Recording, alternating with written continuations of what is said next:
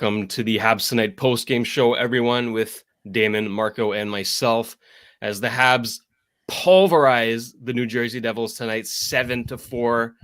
A fun and weird game. And Marco, I think we have to start with the two beauties behind you, my friend.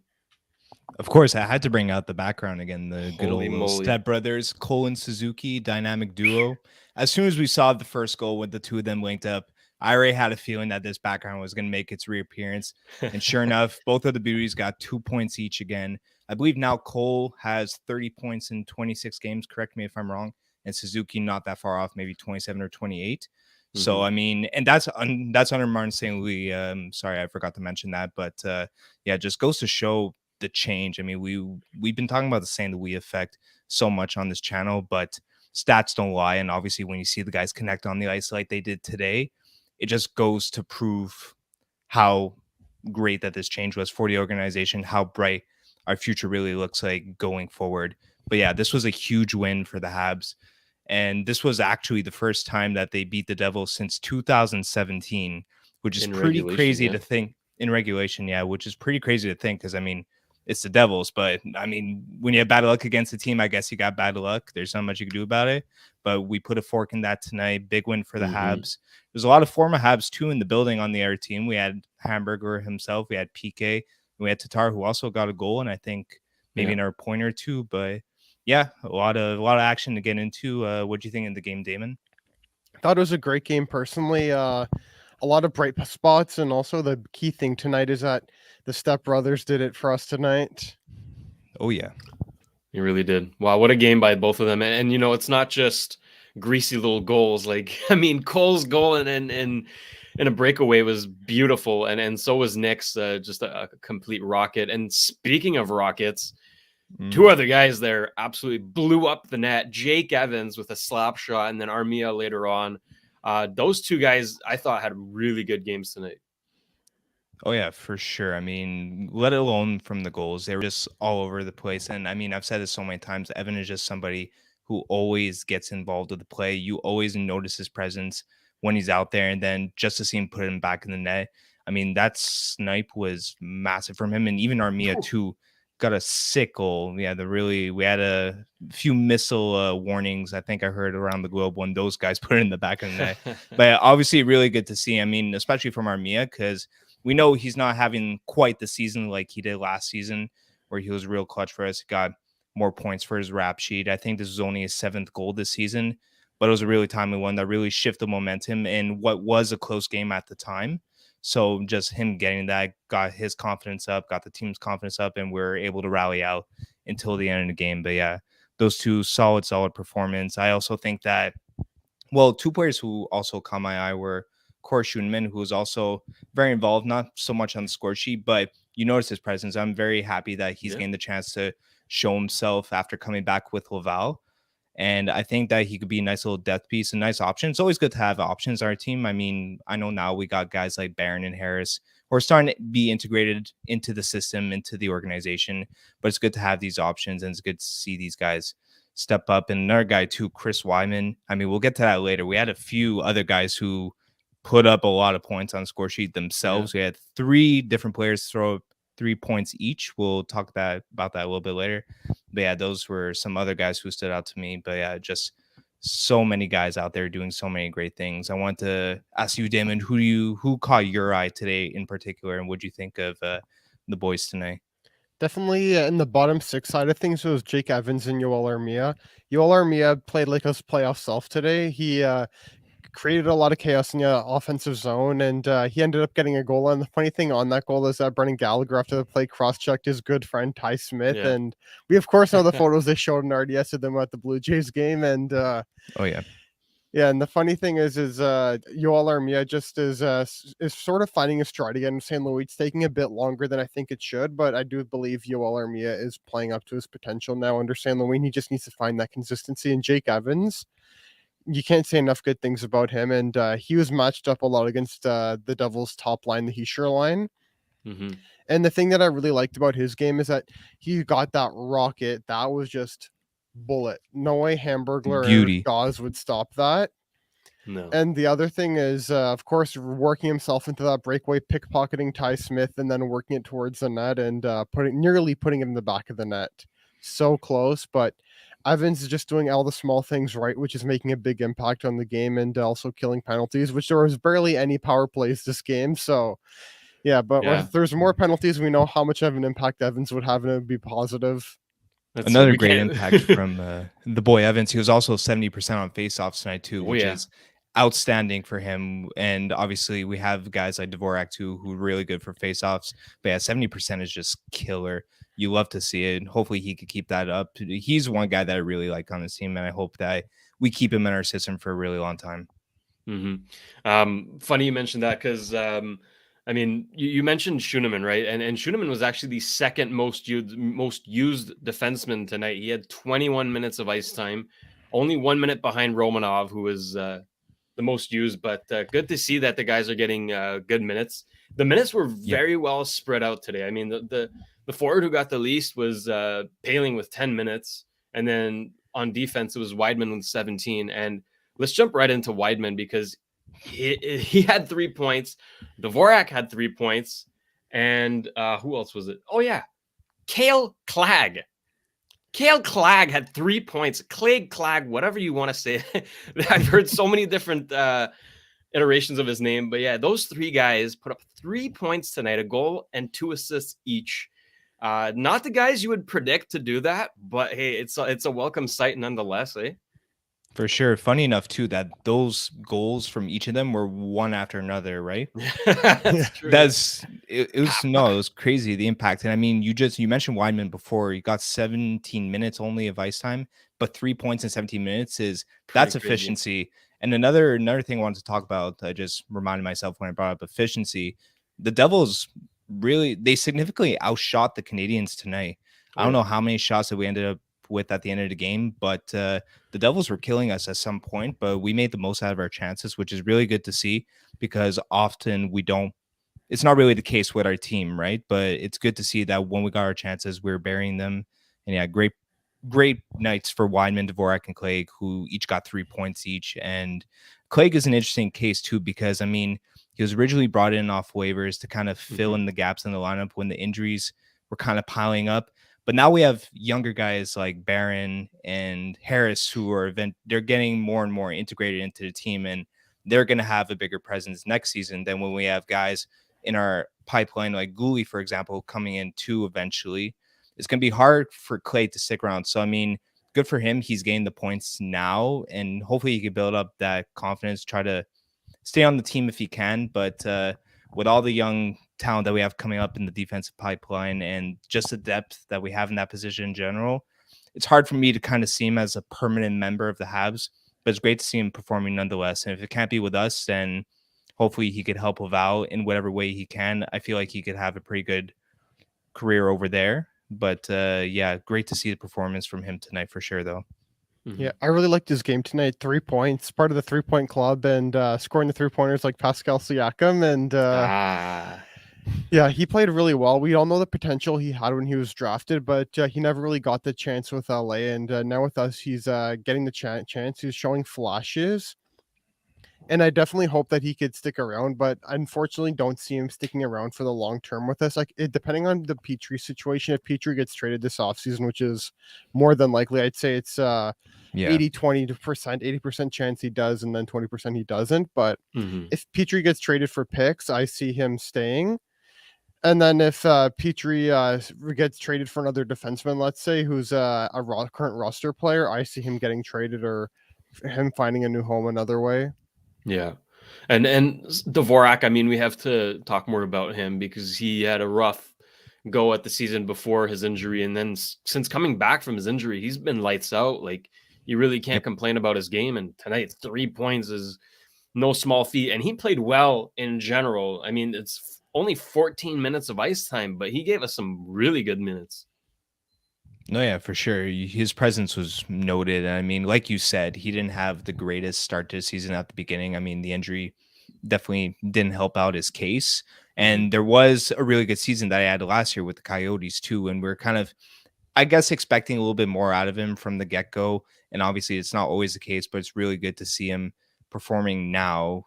Now, I mean, we're not really in a point where like we need the wins. It's more for these players to kind of get their opportunities and show what they could do. And Dvorak is definitely making his case, along with Cale Clegg and everybody else, and the young guys too. And Jesse Ylonen too. He didn't have a necessarily impactful game tonight, but he's been somebody too who's been benefiting from that, and I've really liked what I've been seeing from him as well. Yeah.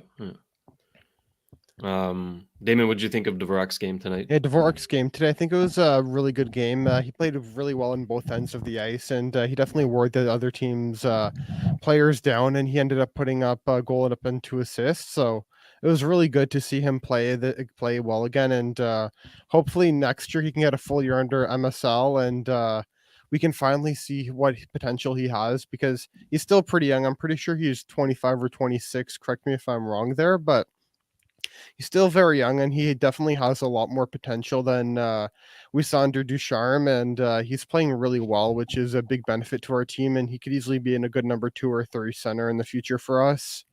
Yeah, I agreed. I think he's part of the future. A lot of people have been saying they see him getting traded. I personally don't. I think, he has a spot on this team, and it just takes time to build chemistry with guys too. The lineups have changed so many times. He's been injured. His line mates have been injured. It's just complete whirlwind. So I think some stability will do him good. But I'm excited to see what he can bring next season, though, in a stable role. You know what I mean? Yeah. Next guy we got to talk about, the legend himself, Brendan Gallagher. 4 points in his last 2 games. No small feat tonight again. 2 apples. Last game against Ottawa, he had a goal and an assist. But big game from Galley again tonight. I thought he was noticeable. He wasn't just a bystander. He actually got involved and did a lot for the game. No, for sure. And I mean, you brought it up before with Dvorak, how he was kind of like a victim of circumstance when it came to all the injuries and the juggling of the lineups and not really being able to kind of get that chemistry under Ducharme. But obviously, I mean, Gallagher's no stranger to injuries either. It's been something that's kind of been lingering with him this season. But no, I mean, to see him come back, get 2 points last game, 2 points this game, it's really good to see from him. Obviously, I mean, he's a big figure on our team. He's one of the biggest leaders, probably one of the front runners for potential captain next season. So obviously when we see Gallagher, who's really the heart and soul of our team, produce for us, it's always good to see. Yeah. I love to see this, especially Gali was one of my favorite players when he was much younger and still is to this day. I kind of grew up with watching Gali.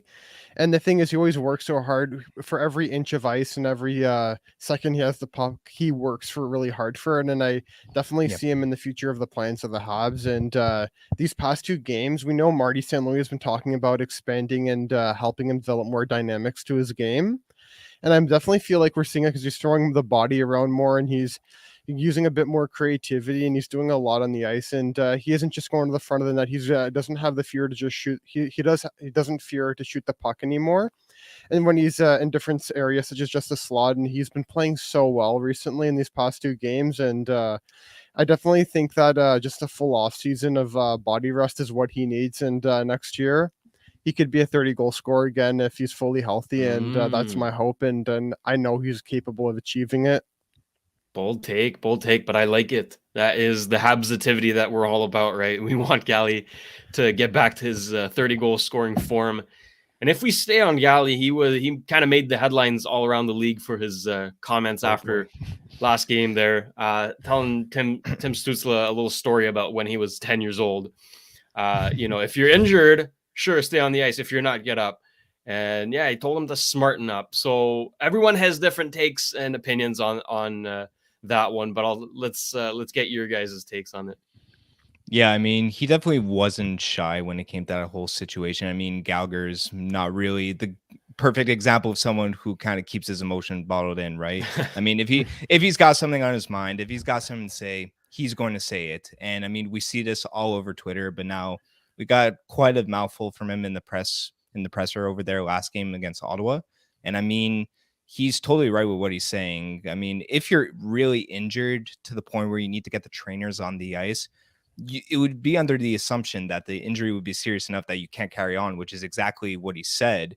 But he was out on the next shift on the power play. So, I mean, it kind of looks like a bit of soccer is being integrated into hockey over here. I mean, I hate to admit this because like obviously I'm a big soccer guy myself, and I don't like it when the game is associated with diving and embellishment. But when you see it, I will admit that in soccer there is a bit of embellishment. I mean, hockey's not really a place for it. There's penalties for embellishment for a reason, and I mean, well, if you're hurt, then you're not on the ice the next play. It's just clear. So, I mean, he's got every right to call Stutzel a diver or pretender or whatever it was that what he said. He's absolutely right with that. And I know Cole had a bit more harsher words for Stutzel, which we won't really say here on the channel. We're going to try to keep it PG, but if you guys want to go check it out, it's out there. He didn't hold back either. What did you think about the whole situation, Damon?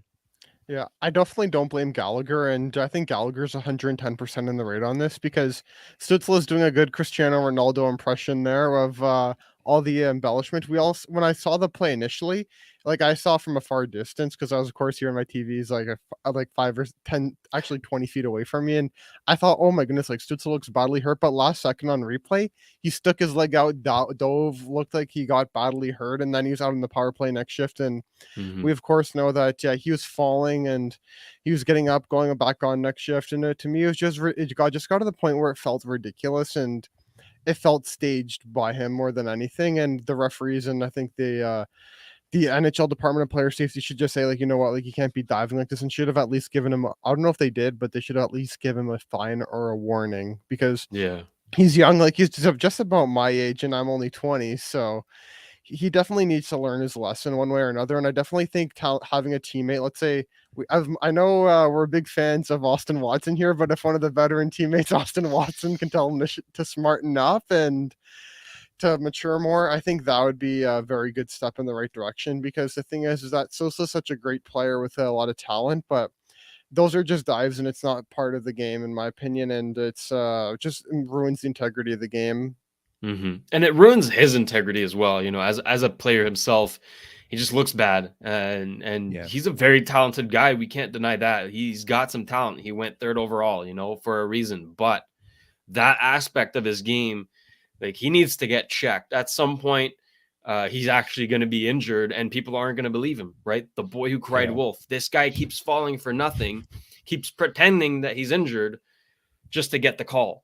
And you know it's gonna bite him in the ass someday. So I'm happy Gally told him straight up to his, well, not to his face, but essentially to his face, like you gotta smarten up, kid, because he's right. Like that's not how the NHL is played. You can't go with that for the rest of your career. So hopefully there's a change here. But even tonight, he's sitting out the game for a lower body injury, even though he finished the game with the Habs, which makes no sense. But we are not Sens tonight. We are Habs tonight. So circle back to tonight's game. The Devils, I mean, we have to give a shout out to Andrew Hammond because I think he kind of forgot a little bit which team he played for.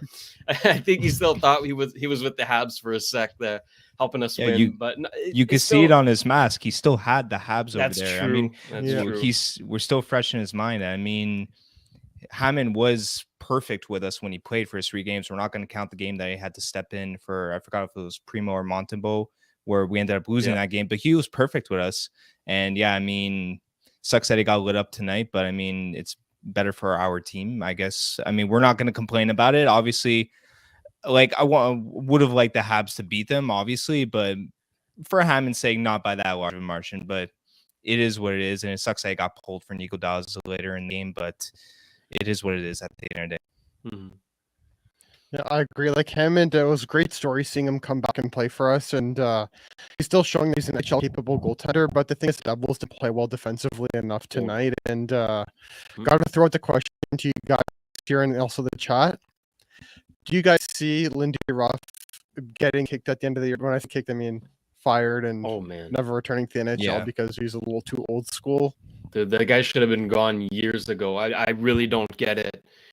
He's been running Dougie Hamilton on the second unit of the power play most of the season, which is asinine. You have one of the best offensive defensemen in the league on your team, and you're running him on the second power play behind Damon Severson. No disrespect to Damon Severson because he was +4 tonight somehow. Was not on the ice for any Habs goal and was on the ice for every Devils goal. So we got to acknowledge that. But come on, like just that in itself, that decision should tell you everything you need to know about good old Lindy. No, he's gone. He has to be gone. Seriously, I don't see him staying. Yeah, him and Claude Julien have the same fate. Yeah, I mean, I guess we'll see what happens. But yeah, I'm on board with you guys. After a certain amount of time of things just not clicking, then it's time for a change. And I mean, Damon Severson, obviously, he's a good upcoming talent. So I don't blame them for giving him opportunities on the first power play. But obviously, Dougie Hamilton is a proven NHL. Like, he's an elite defenseman. Let's put it that way. Obviously, he's not really showing it as much now, being stuck with the Devils, unfortunately. But I mean, he's someone with experience. I mean, he's someone who needs, especially on a team like the Devils, how bad they've been playing.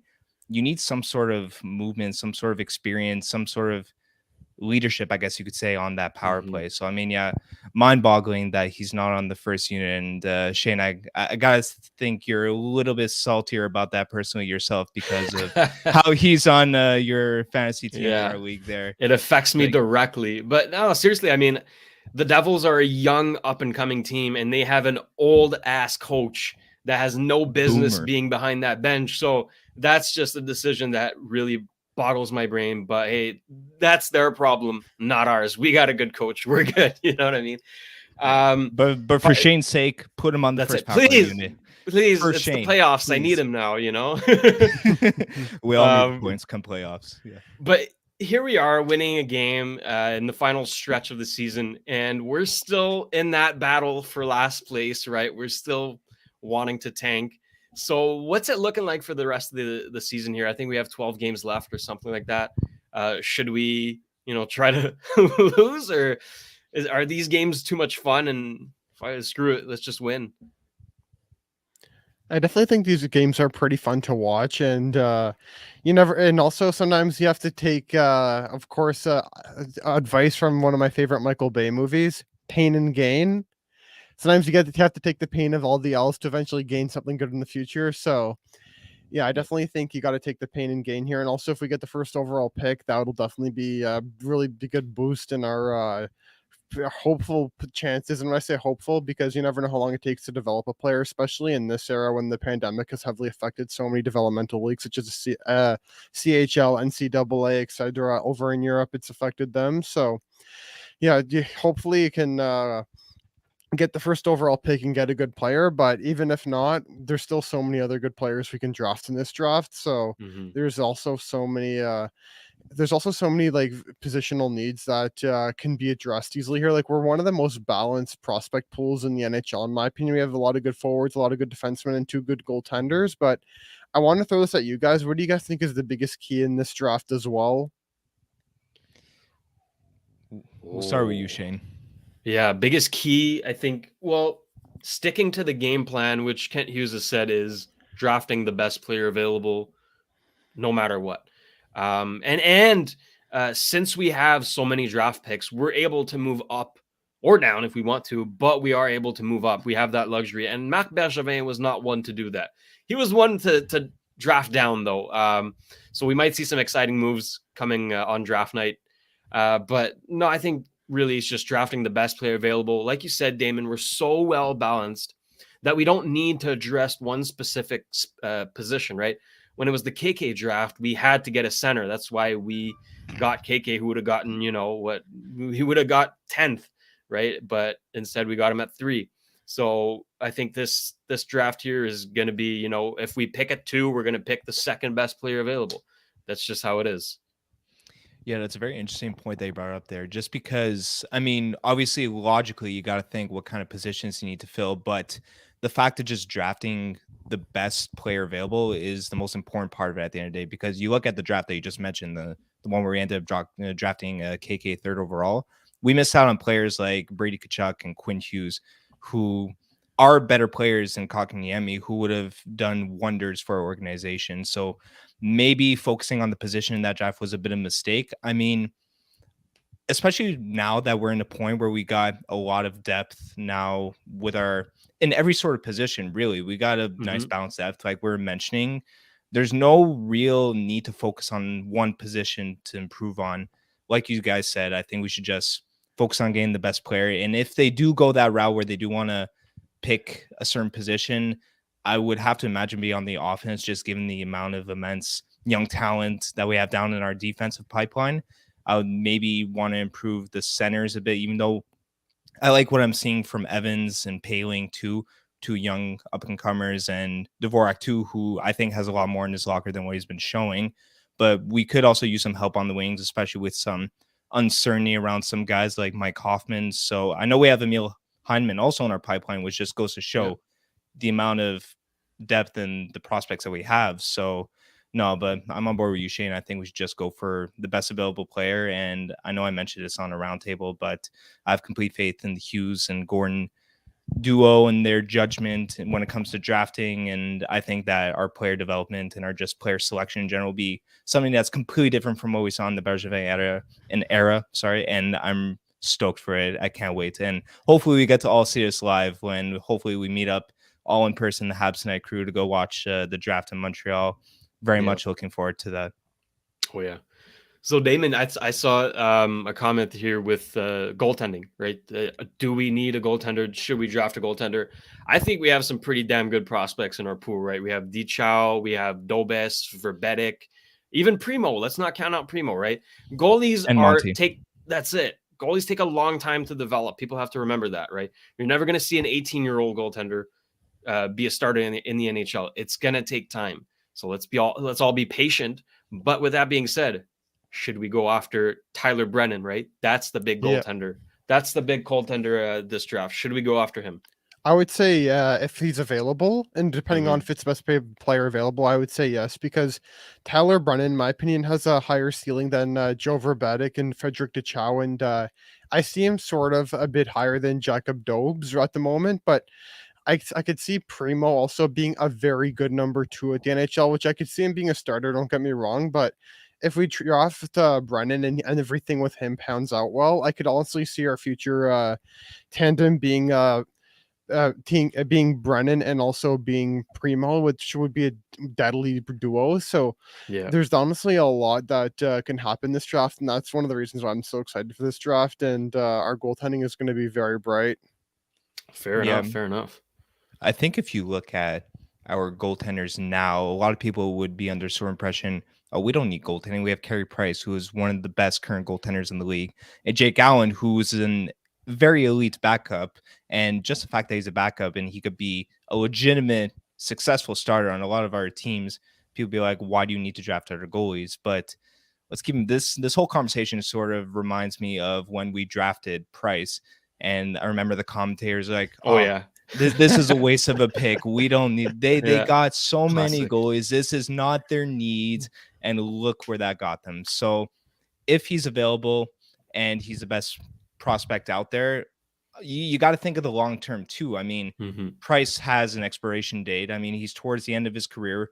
There's a lot of uncertainty around him, and there's a lot of people who want Allen too. Don't get me wrong. He's someone I wouldn't trade at all. I want to keep him as much as we can. And we got a lot of other solid goalies right now, but you do need to look at the future. And especially considering Price's situation, when there's just so much uncertainty around it, and we don't know how much time he's really got left, sad to say. But yeah, if he's available, then and he is the best pick out there, then I say go for it. Yeah, great assessment. So, I mean, we were treated to a very entertaining game tonight. 7 goals, 11 in total, high-scoring game.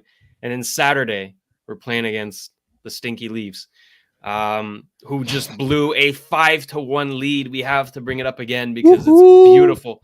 They blew a 5-1 lead, and we hopefully way to go, guys.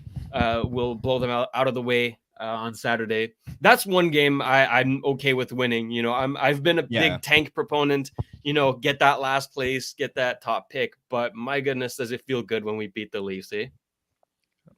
Yeah, that'll be amazing if we beat the Leafs, because I'd love to. The one thing I enjoy doing every day, as much as I like the guy, and I hate to see him in pain, I love watching Steve Dangle's LFRs after we beat them.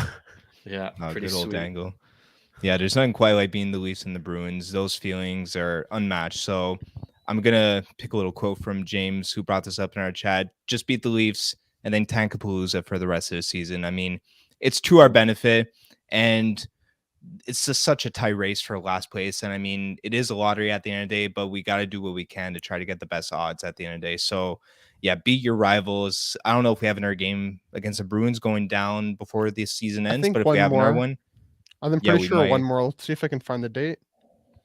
yeah, well, if we do, then beat those two and then Tankapalooza the rest of the way down. That's what I think. And Fair also enough, beat fair enough. Ottawa as well, because you guys know as I'm sure we know, mentioned in our group chat. Yeah. But guys, before we head out here, we have a very special surprise. Get ready, because Drew Deeks is in the house. Welcome back, Dixie. Surprise go, appearance. Let's go. Let's How go. we doing, man? How we doing? I'm doing okay. It's been a weird day here in Niagara, specifically relating Oh to yeah, the that's a pretty shitty situation. Ice Dogs organization. Let's Hmm. just say that we need new owners, but that's besides the point. I'm not going to bring any negative energy. That's okay. I'm just going to mention how I really feel. And Sherman, stop playing with the carpet. Sorry, that's my dog. The dogs will love to go crazy on the show, both yours and the Knicks. Let's go. Let's go. Yeah, Cooper doesn't mess around either. But look at that background of like Marco's You just like it? representing hard, eh? Like, just what a stud you are, buddy. Look at that background. Unreal. I Big tried. smiles on Damon. Shaner's doing his thing. You know what I'm saying? You know what I'm saying? Anyone see Trailer Park Boys? Anyway. Oh, Anyway, so were you guys still go? Like, I like how I just invite myself onto the show. Always But, welcome You're always anytime. welcome. Oh, thank For you. sure, Thank yeah. you very much. Thank you My very much. goodness. I But feel what'd you think welcome. of the game? General impressions. Who stood out for you, Deeks? I mean, I'll tell you who didn't stand out. PK Subban. No, Ouch. I don't want him back. Like, I'm sorry if you guys are, like, I'm really not sorry about it. I don't really care Yeah. at this point. Nothing against the guy personally, but no. I just I'm over that whole thing, and time to move on from the past and move on to the future. But the Dvorak Weidman, 2 goals in 15 seconds was pretty awesome. And Sportsnet finally put a clip out there. Thank you, Sportsnet, for doing that. It's not Leafs in that anymore. It's not. Hey, it's not all Leafs. It's not all Leafs clips. It's not Leafs net. Yeah, we thank like you. that. Thank 31 God. other teams in the NHL. Yeah. They tend to forget sometimes. It's okay. It happens. You want Sherman on, do you? Okay. Well, Oh, I think we all do. Bring all him- right. Well, bring you him guys on. sit tight. Hang on. I'll be right back. I'll be right back. Live television, Let's go. folks. But I mean, that's a good point though on Dvorak and Weidman's goals, right? Because I like that was 3 goals in how much? What 40 seconds? Right? It was Something like Weidman, that, yeah. Dvorak, and then Ty Smith right after to begin the third period, which was insane. So that was interesting. I didn't expect the period to start like that. But we have an even specialer guest. Is that English? I don't care. Sherman is It's on the it's English podcast. now. That's okay. You Yeah. can say Oh whatever my you want. goodness. The Oxford Dictionary just He's smelling the had a mic. new He word wants to added talk. to it. He's worth Hi, it. everybody. Look at this guy. What's going on, Sherman? Hi, everybody in Habs Oh, man. Tonight Land. How are you? He's waving to the both sides of the crowd. See? The official Habs Tonight mascot. Here he is. Hey, buddy. Legendary. Everybody loves you. Yes, everybody loves you. That's right. Oh, I'm Yeah, getting sure. kisses too, boys. Live on air. Live on air. Getting kisses. Here we go. Sherman's pumped about the win. You could tell. Oh, Yeah. he loves the Habs, man. First time we interviewed Dale, when he was in the bubble, he was in quarantine for 7 days. And I brought Sherman on with his Habs jersey on, and Dale was just laughing his head off. Like, No oh way. my gosh. He was loving him. He was loving him. Well, that was for you, Nicholas Lundahe. I don't know how to pronounce your name, but Mr. Nick. Pug Life, boys and girls. Pug Life. That's right. Indeed. Yeah. That's right. Well, folks, that was an interesting game and a fun post game with special surprises. Tune in Saturday for whatever's going to happen. When we But I beat know the one Leafs. thing's going to happen. Yes. I know one thing's going to happen. We're going to beat the Leafs, but Thank you. no can is safe this Saturday. Oh, Brando and Derek are back, crushing cans. yep. It's been a long time, but they're back. Finally, I think we're all so happy for that. And don't forget to check out the Drew Deeks show on YouTube, because he will be doing a post-game reaction as well. now. He has phenomenal content, so don't miss out on that. Don't forget to like and subscribe to Habs Tonight channel. Go check out the merch store. Get your hats, get your shirts. The I whole got my business, phone folks. case in today, my actually. God. Literally during the Oh, Marco, let's go. We have everything. Yeah. We have everything, folks. So there's I love it. nothing you That's a cannot beautiful find there. You will even find a friend. But thank you for joining us tonight. We do appreciate it. And see you on the flip side. Thank you, everyone. Take care, Cheers. guys. Good night.